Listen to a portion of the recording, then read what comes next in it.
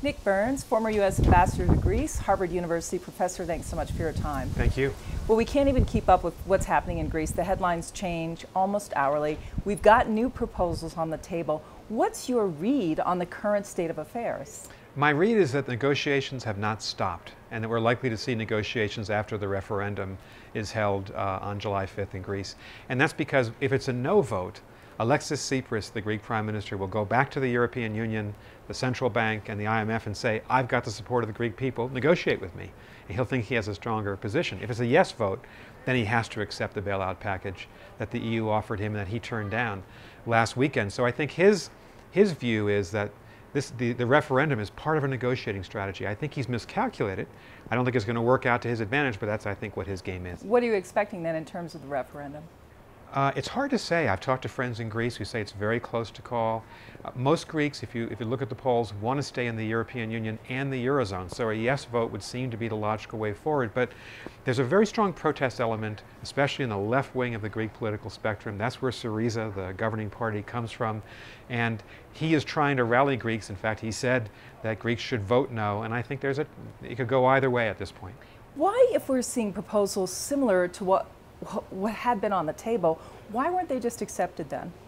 You know, this government came in, the Syriza government was elected and came into power saying we reject austerity, we reject the demands that our creditors have made, and we will get a better deal. And I think that ultimately the Greek government will have to accept the bailout package from the EU. But it's trying to look like it's renegotiated it. It's gotten a better deal. It's negotiated effectively. So a lot of this, I think, and this is an ancient Greek art, political drama.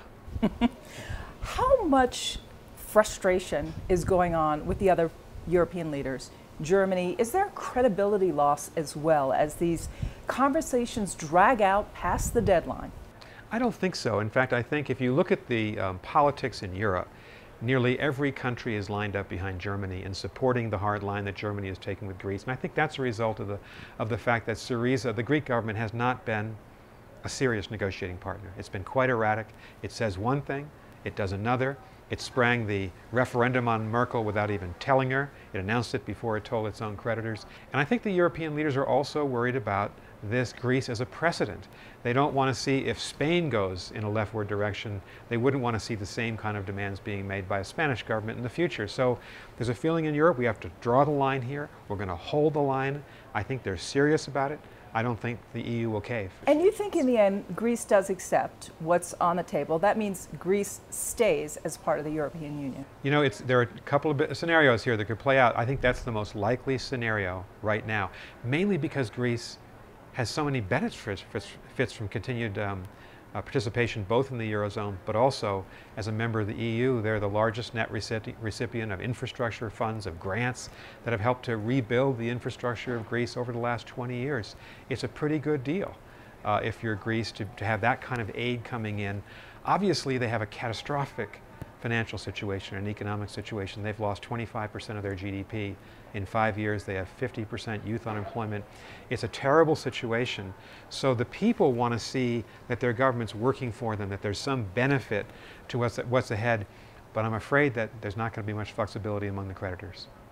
And going forward, does the IMF approach things differently? Do European financial crises play out differently in the future based on what's being digested right now? Well, I think this is certainly a template. I don't know if any other country is going to replicate, God forbid it would, what's happened to the Greek economy over the last 5 years. And a lot will depend on elections, on the future, for instance, in Spain, whether Podemos, the populist party on the left, will win those elections. The jury's out on that. So I think that the European leaders have to deal with Greece first. But they don't want to make a decision now that could come back on Greece, that could come back to haunt them with other countries in the future. When do you think this finally is settled? Once we get that referendum out of the way on Sunday, could an agreement be reached as early as next week?